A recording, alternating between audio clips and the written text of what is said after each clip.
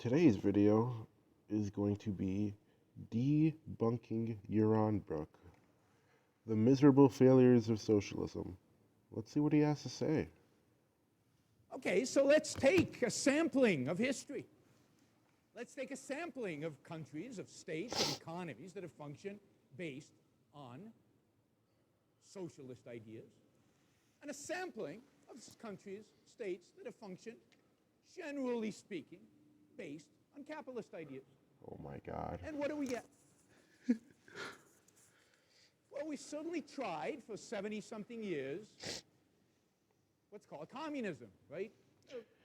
Communism is a moneyless, classless, and stateless society. Even Marx said that in the Communist Manifesto.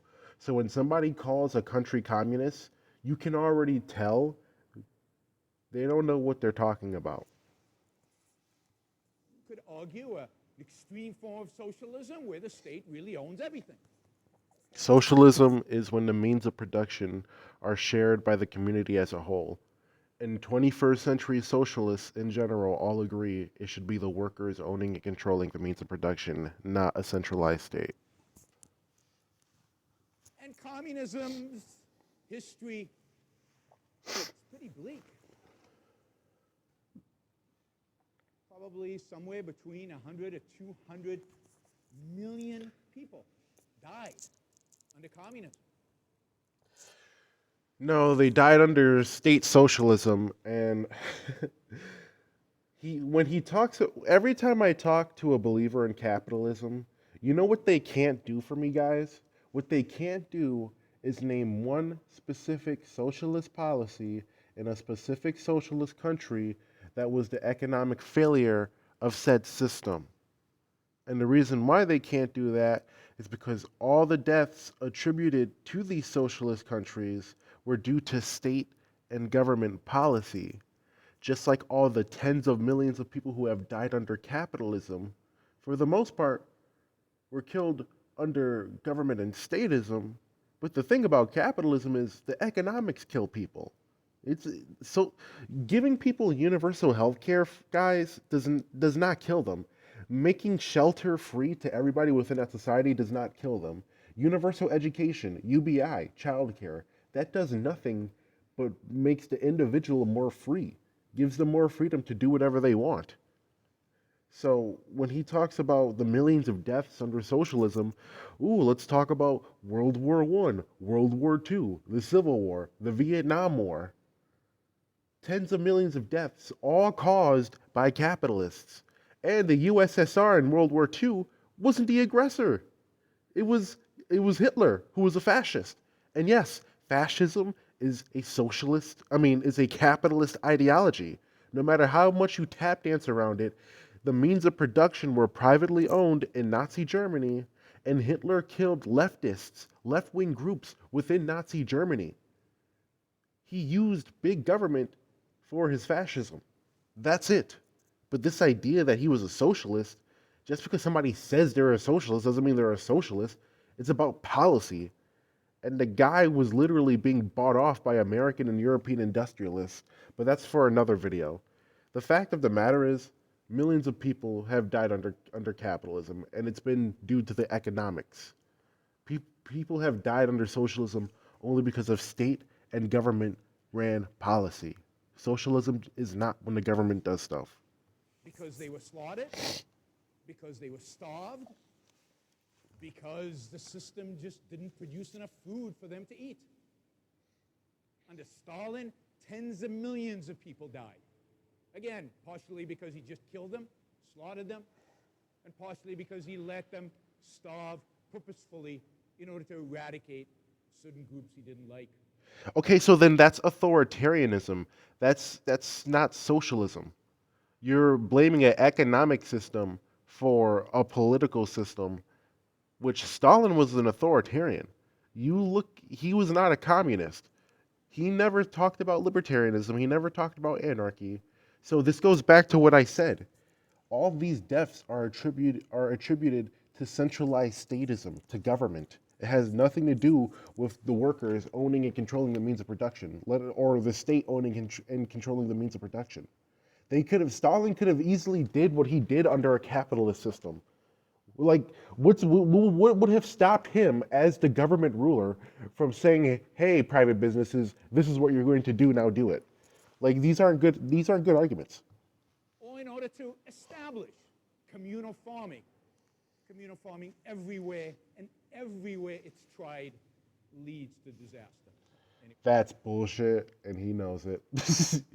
First off, I'm pretty sure he's using the word communal to have the same synonym as authoritarianism. We're talking about a system where we have multiple examples of it, not only competing against, places like the U.S., but have innovated things like the U.S. before the U.S. has.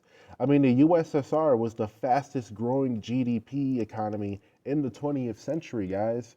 And by 1965, they were in space before the United States.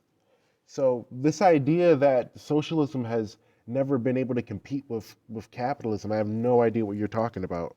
It was tried in the Soviet Union and led to disaster in the Soviet Union.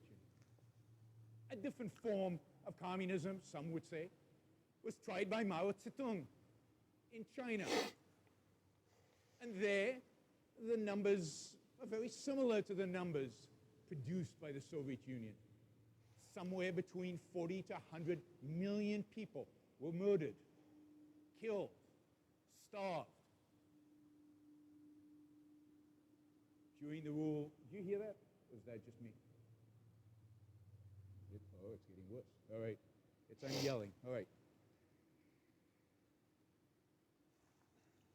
Communism's history is a history of death and destruction, of poverty, of misery. And I know for your... Yeah, because the Great Depression definitely didn't happen under capitalism.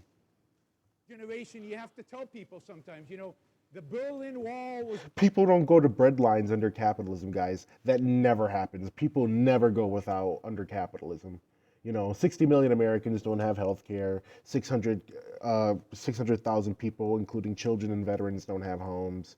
27 million people go to bed hungry every night. In the richest country in the world, may I remind you. Built not to prevent Westerners from escaping to communism, but because communists wanted to run away from Eastern Europe to the West and needed to be shot in order to stop them from doing that. Eastern Europe would have been emptied out if not for the Berlin Wall and the fences and walls that went out all over the border between East and Western Germany. Communism is practiced everywhere, has led to nothing but blood, suffering, poverty. Bro, literally in the past 200 years, since capitalism has existed and has been the dominant system in the world, for the last 200 years, every single major war can be attributed to capitalism and the government, because capitalism and government go hand in hand. Why? You need property rights you need a state to enforce property rights. Otherwise, in a capitalist system, working class and poor people won't have enough money for defense, let alone a shotgun. Just get a shotgun. But yeah, 99.9% of the world's atrocities can be attributed to government and capitalism, which, if you care about freedom and democracy, you should be against both. Soviet Union, China, in some ways even worse in Cambodia, or in the killing fields of Cambodia, 40% of the population was murdered in the name of equality, in the name of socialism, in the name of making us all the same, in the name of eradicating private property. Nobody wants to make you all the same. When we talk about equality and socialism, we don't literally mean everybody is the same. Like, everybody is their own person, their own character, their own individual. There are certain things that one individual can do that another individual simply can't. What we're talking about is political and economic equality. What we're talking about is getting rid of the social hierarchy that is systemically inherent within not only government, But capitalism, the reason why we need communism is because it gets rid of all economic and political authority. We're talking about a constitutional direct democracy with confederated autonomous collectives being able to govern themselves however they see fit.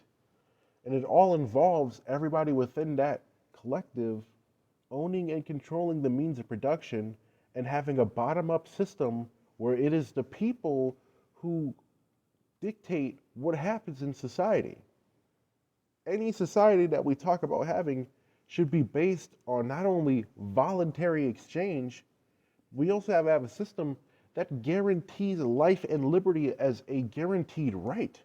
Otherwise, your society is useless and is probably only benefiting a small group of people within that society. And that's oligarchy. Eradicating differences, eradicating so-called classes. Class systems are illegitimate. They are a top-down system. That's why we have to get rid of it. Socialism has examples of stateless societies. We have the Kurds in Rojava, Syria. We have the revolutionary Catalonians in the 30s who owned and controlled the means of production and was an industrialized city. We have the Zapatistas in Chiapas, Mexico today.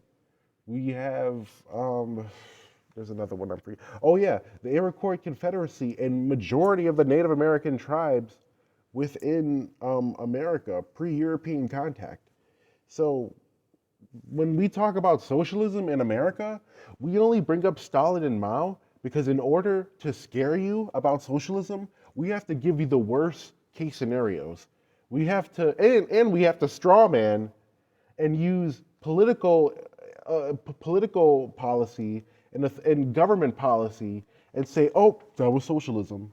I'm sorry, guys, but gun control is not a socialist policy because socialism is economic. Like we're talking about a political system right now, and we have many examples of state and stateless socialism doing exactly what it said it would do, like providing people universal health care, giving people education, making sure everybody has a minimal standard of living.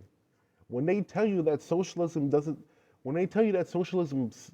work, what they really mean is socialism stops working when US imperialism or capitalist imperialism stops it from working.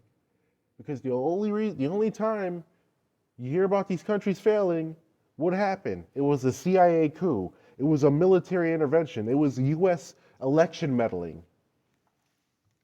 The history of socialism and communism is the history of bloodshed, murder, and destruction.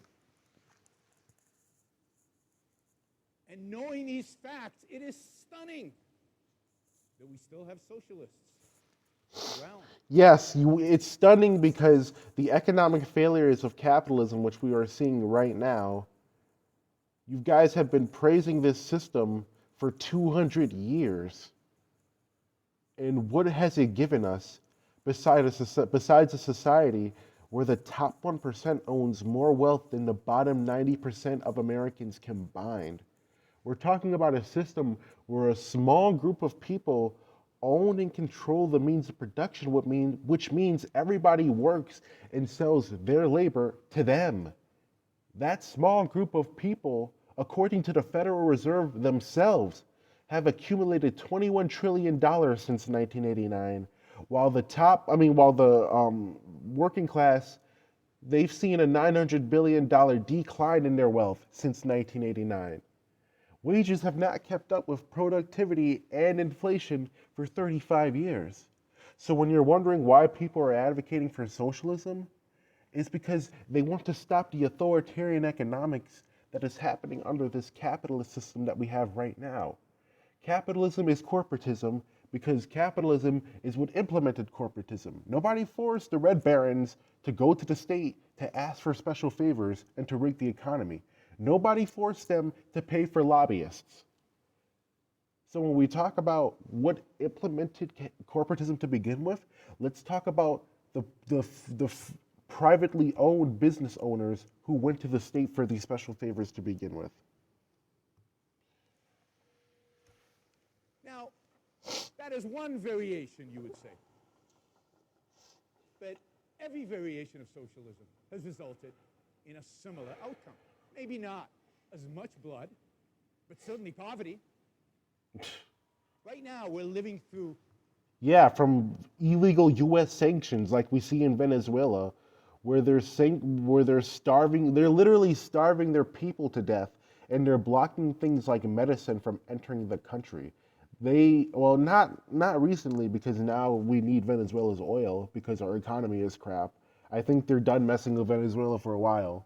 But before COVID and everything, we had multiple CIA coups in places like Venezuela. We've had military intervention in places like Venezuela.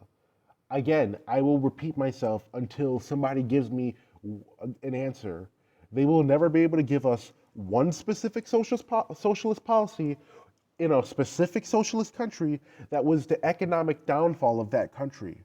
They will never be able to tell us that because at the end of the day, they don't know what they're talking about. An experiment in South America of socialism. There's a country in South America. They used to be the richest country in Latin America. On a per capita basis, by far, the richest country in Latin America. It is a country that has more oil reserves than Saudi Arabia. Wait, which country is this? Is this Venezuela? Has resulted in a similar outcome. Maybe not as much blood, but certainly poverty. Right now, we're living through an experiment in South America of socialism. Keep in mind what he just said, guys. Keep in mind what he just said, because the next fact is going to kill you. We have had 56 military interventions in Latin America alone. And guess what every single socialist revolution had to deal with in these is the military interventions, the 56 military interventions that they did in South America in the 20th century alone. So don't believe the hype. There's a country in South America. They used to be the richest country in Latin America. On a per capita basis, by far, the richest country in Latin America. It is a country that has more oil reserves than Saudi Arabia. It should be a rich country. It was a rich country. And yet, because of socialist policies over the last 20 years, it has become, today, the poorest country in Latin America. I think I explained. I don't think I need to go over Venezuela. So, yeah. U.S. intervention does not mean economic failure due to socialism. Babies are starving, dying of starvation. There are no pets in Caracas, no cats and dogs anywhere in Caracas, because they've eaten them all. The zoos were emptied, and the animals there eaten. Middle-class kids like you are dumpster diving to find food. This is a country that has more oil reserves than Saudi Arabia. This is a country that has some of the most fertile land in Latin America. And yet, that land was collectivized 20 years ago, turned into collective farms, and is producing nothing today. And people are starving. I do want to point out that the Venezuelan government was pretty bad with their spending when they were collectivizing the oil. When the oil prices dropped, that's when their spending had to be halted. But they were spending more than they were earning. That I will give Yaron Brook. But bad spending doesn't equal capitalism. Bad spending doesn't equal socialism, because we've seen bad spending happen dozens, hundreds of times under capitalism. So this has nothing to do with the economics. It has to do with, again, government and bad spending. Same result, same system, always happens. Now, Latin Latin America is interesting because not far from Venezuela is another country. They used to be the poorest country in Latin America on a per capita basis. Also has some natural resources, nowhere near as rich as Venezuela. But over the last 20 years, has implemented economic policies that are the reverse of Venezuela. They privatized everything, or as much as they could. Not quite pure capitalism as I would like it, but in that direction. Yes, because a pure capitalist system has never existed, ever. Ever. That means anarcho-capitalism, that means objectivism, that's all a pipe dream. And we've only had a taste of what Yaron Brook wanted during the Industrial Revolution. You know what we had, guys? 5-year-old coal miners, people breathing in asbestos and glass particles in the air due to lack of regulation. You had people losing their limbs due to no guards being on these factory machines. We're talking about people being so impoverished that they had to share shitty tenements with like 4 or 5 other different families. And they only had one toilet in these tenements too, may I remind you. We're talking about a system that made you work 12 hours a day, 6 days a week, and you still was impoverished. Again, we only had a taste, just a taste of what this guy is talking about. And he wants to talk about economic failures? Name me one capitalist society or country that has ever only included small businesses interacting within the economy. Name me one capitalist country that does not have a small group of people who own and control all the means of production within that society. You won't be able to do it. You just won't. And that's why they strawman the shit out of us. That's why they lie about socialism, guys. Because when it comes down to, they don't know what they're talking about. This guy's over here talking about people starving and dying under capitalism. I just gave you all these examples of tens of millions of people dying through all these major wars caused by capitalism. I mentioned the bread lines and the Great Depression, people starving right now. 27 million Americans in the richest country go to bed hungry because they cannot afford, or should I say, they cannot get the resources needed for people to survive. This isn't a great distribution process because there are too many people going without. And we have more than enough money to end poverty, homelessness. I mean, shit, just $20 billion for the next 10 years could end homelessness. Just $20 billion. That's $200 billion out of the military budget, guys. And that leaves us with what, $630 billion to kill children with overseas? We're talking about things that can and would be funded by raising taxes on the rich, if not cutting spending, if you want to go the government route. So it's a matter of being good with spending, knowing what you can afford. That's not hard on whether you're a believer in capitalist or a socialist. But regardless, that is not hard. And over the last 20 years, this country has become the richest country in Latin America. Shocking, isn't it? And that country is Chile, which adopted relatively free market policies. Chile was overtaken in 1973 by a U.S. military intervention in 1973. This is what he's talking about. The Chile that was reducing poverty and income inequality. This guy is saying socialism did it, not the military intervention that made the ruler at the time commit suicide. And as a consequence, done fantastically well from an economic perspective. Now, that shouldn't surprise us, because the flip history of socialism is the history of capitalism. How many people were poor, you think? Like poor, like UN level poor, the way the UN defines it. $3 a day or less. I don't know how many of you live on $3 a day. I assume nobody. $3 a day in today's dollar. Or this guy does. So somebody give him a sandwich. He looks hungry. How many people lived on $3 a day or less in the West 250 years ago? What percentage of the population? Anybody? How much?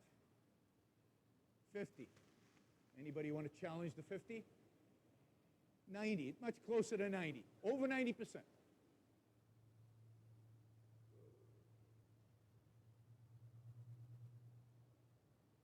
Over 90% of people, 250 years ago, lived basically on less than $3 a day. They were subsistence farmers. They grew the food, they ate it.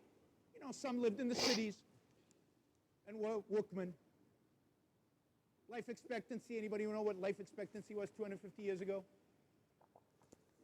39, something like that. I'd be dead. Most of you are middle age already. Right? It sucks. 39 life expectancy sucks big time. Capitalism has raised the standard of living, excuse me, in the past 200 years. That is no debate whatsoever. But after a certain point in time, I believe in the 70s, capitalism ran amok. Capitalism lost its freaking mind. And wages were no longer keeping up with productivity or inflation anymore. This is a system based off of theft, based off of coercion. Capitalism is theft and authoritarianism because it deprives the masses of the resources needed to sustain their life and their liberty. If you don't have enough money to afford healthcare, you die. If you don't have enough money to go to college, you're flipping burgers for the rest of your life and being told you're the lazy one. If you don't have a house and you're starving and going home to a box on the street, you're going to die of exposure. This is not freedom. None of these things add up to freedom. Life was. That's what life was. Not that long ago from an historical perspective. 250 years, not a long time. And yet, here we are, sitting in a beautiful auditorium, comfy. You guys are definitely considered young. Even I sometimes think I might be young, right? You might all live to be 100. Life expectancy, if you stay away from opioids, is pretty sweet in the U.S. I just want to point out that saying we're richer than we were 200 years ago, that's not an argument due to the fact that at the end of the day, I mean, 60 million people without health care. Does that really matter? Like, does it really matter when people are still suffering economically? Does it really? Well, it's pretty long, right? And all of this has happened in 250 years. Nothing like this has ever happened in human history. And not to mention, again, there has never been a pure capitalist system. 100% of the markets within these countries, 100% of countries use mixed market economies. So it's a matter of public funding and private funding that has attributed to the innovations and the wealth we've seen within society. Like, to just put it on capitalism, that's living in fantasy land, if not just being bad faith. At worst. At very worst, you're being bad faith. At very best, no, you don't. You're living in a fantasy land. $3 a day, where 90% lived, that was pretty much human history going all the way back 10,000 years. We basically didn't improve our living standard that much over 10,000 years, and then suddenly in 250 years, wham, it went through the roof. How did that happen? Well, sometime in the late 18th century, and the founding of America is an important part of this, people were granted, if you will, freedom. They were left alone. The state started protecting property rights, recognizing property rights, and leaving people alone to flourish. And people did.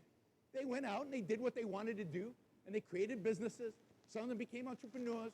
They came in from the farms into the cities, and life was often rough and difficult. But you know what? Within 100 years, during the 19th century, life expectancy almost doubled. And then it increased even more the following 100 years. Yeah, guys, all due to the pure laissez-faire economics of capitalism. of capitalism. Capitalism did this all by itself. No, not mixed market economies, just pure capitalist societies. Oh wait, that has never existed and will never exist because capitalism is authoritarian as hell when we're talking about laissez-faire. Quality of life improved. Life became more comfortable, more easy. We worked fewer hours. We had more fun. How many people went on vacation 150 years ago? Nobody. Maybe a few people at the top. There were no vacations 150 years ago.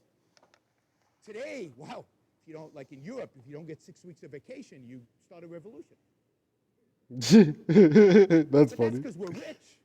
We're unthinkably rich in comparison to where we were 250 years ago. Nobody 250 years ago could imagine us being as rich as we are today. Damn, son. He just totally owned us on socialism, bro. I gotta learn basic economics, bro. Because this guy got us. He got us internally. He got us spiritually. He got us physically. But in all seriousness, though, what it comes down to anybody who's watching, to anybody who cares about what I have to say, to anybody who's really looking for a good faith argument,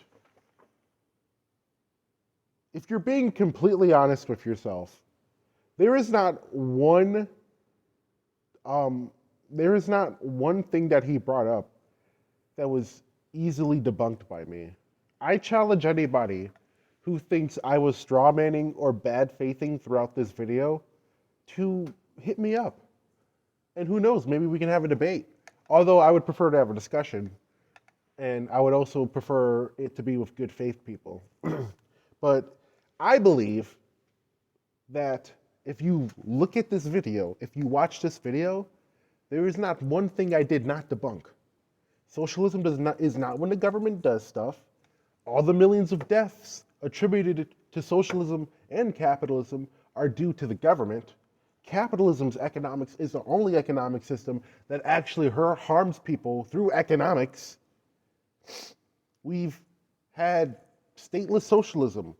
Capitalism has never had a stateless society, yet we're being told that socialism is inherently authoritarian in nature, even though capitalism is the one that always becomes a centralized state every time it's tried. Go through the video again, guys, and then please tell me in the comment sections, and if we ever have a discussion, what did I miss in this video that I did not articulate and counter accurately? Leave it in the comment section or hit me up. But this is Cold War propaganda and strawmans that have existed for probably 100 years now. All of that has been debunked tonight.